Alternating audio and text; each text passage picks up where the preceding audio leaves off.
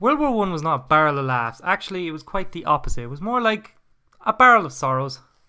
Let me set the scene. Imagine mud everywhere, and your mates are dying all around you. And to make matters worse, the rats are taking dibs on who gets to eat you first.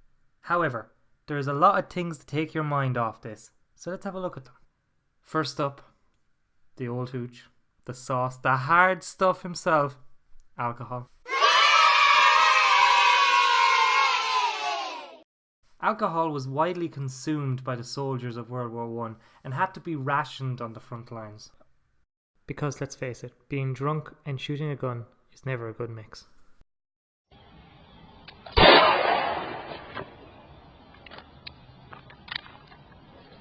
I just shot myself. Absinthe was one of the drinks of choice during the First World War, but also a very powerful drink. For every 2 shots of whiskey, you would get 1 shot of absinthe. The French saw that a war was coming, and they thought it mightn't be a good idea to have a drink that makes you hallucinate being consumed by the soldiers on the front line, so they outlawed it in 1914. Drink consumption was also a problem for England as well. The British government feared that drunkenness would get in the way of production.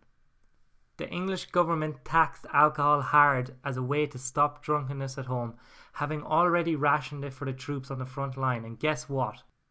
It worked! In 1914, 67,000 people were found guilty of drunkenness crimes in London, and by 1917 that had dropped to 16,000. So, yeah, who would have thought that less alcohol would be a good thing? Well, do you know who less alcohol wasn't a good thing for? The Russian Tsar Nicholas II. He was like, hey, you know what might be a good idea? Let's outlaw vodka. So in 1914, vodka was outlawed in Russia. Was that a good idea? No. Could you imagine that happening nowadays? The cranberry juice industry would die. No, God! No, God, please, no! No! No! No! The Russian government suffered with a hit of 30% less tax income. Then, 4 years later, communism took over. Coincidence? I think not. Yes, alcohol was a problem, but you know what caused widespread hysteria? Cocaine. The French worried that their troops would be sabotaged by Germans smuggling in cocaine, so they kept an eye on cocaine use. But in England, people were scared of cocaine, and after a few Canadian soldiers stationed in London got hooked, hysteria broke out.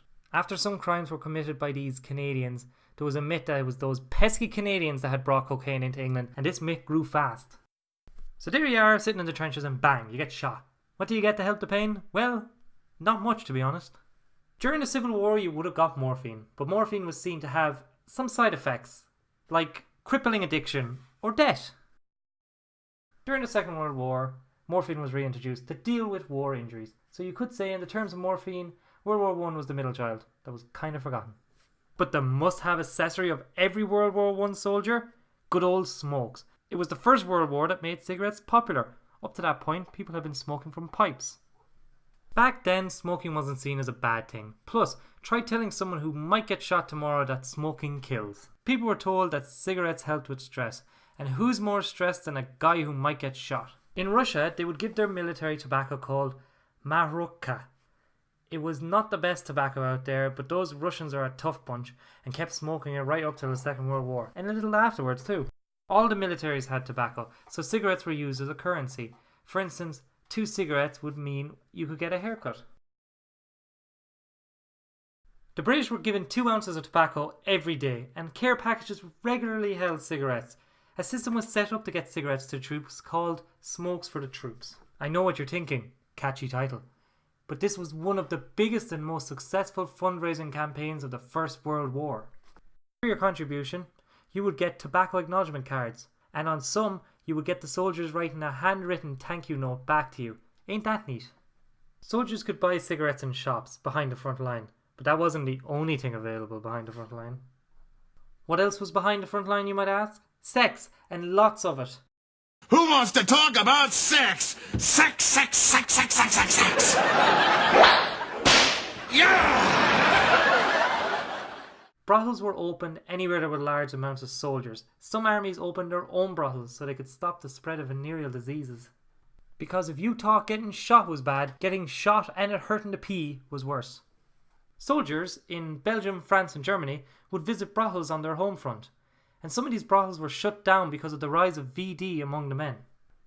The French and German military realised that there was no stopping soldiers from going to prostitutes, so they seized houses to set up brothels. Brothels were segregated between enlisted men and officers.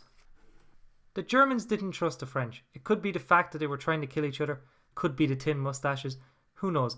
But the Germans feared that the French might sneak prostitutes into Germany to spread VD, so they brought their own prostitutes from Berlin. Let's put it this way. If a college student will get drunk for any reason at all, surely we can understand why a World War I soldier would have so many vices on the front line. Okay guys, I've been James CB. This has been History in Brief. If you have any suggestions on what you would like to see next, let me know in the comments below. Also, don't forget to follow me on Twitter. Here's my handle, and you can find the sources that I use in this video on the blog I have set up down below. Don't forget to hit that subscribe button, and I'll see you next time.